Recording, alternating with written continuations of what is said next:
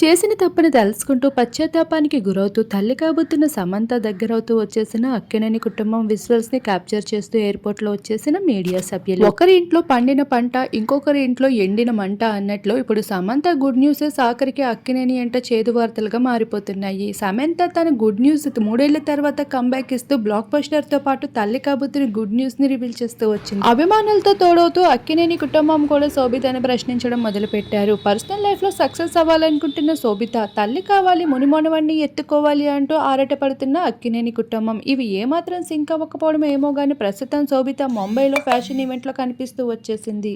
నచ్చిన జీవితం పొందడం ప్రతి ఒక్కరి హక్కు అంటూ, ఇక అలానే ప్లానింగ్ లేనిదే పర్ఫెక్షన్ లేనిదే నేను ఎక్కడికి అడుగయ్యను అంటూ శోభిత ఎంతో కళాఖండిగా అయితే అభిమానులకి స్ట్రైట్ గానే ఆన్సర్ ఇస్తూ వచ్చేసింది. దేవి అవతారంలో కనిపిస్తూ అవుట్ ఫిట్ లుక్ తో అదరగొట్టేసిన శోభిత పర్సనల్ లైఫ్ లోనే కాదు ప్రొఫెషనల్ లైఫ్ లో కూడా ఎంత క్లారిటీగా ఉందన్న విషయం గట్టిగానే వార్నింగ్ ఇస్తూ కనిపించేలా చేసేసింది. అయితే మరొక వైపు సమంత ఇటీవల ఎయిర్పోర్ట్ లో హాజరవుతూ కనిపించేది. నిండు గర్భిణితో నెలలు దగ్గర పడుతూ వస్తున్న సమంత అందరినీ ఆకర్షిస్తూ వస్తుంది. అయితే తనకి ఎన్నో మంత్ అంటూ అభిమానులు అడుగుతున్న ప్రశ్నపై క్లారిటీ ఇవ్వకపోయినప్పటికీ మీడియా వాళ్ళు క్యాప్చర్ చేస్తున్న తన బేబీ బంపై కాస్తంత ఇబ్బంది పడుతూ కనిపించింది.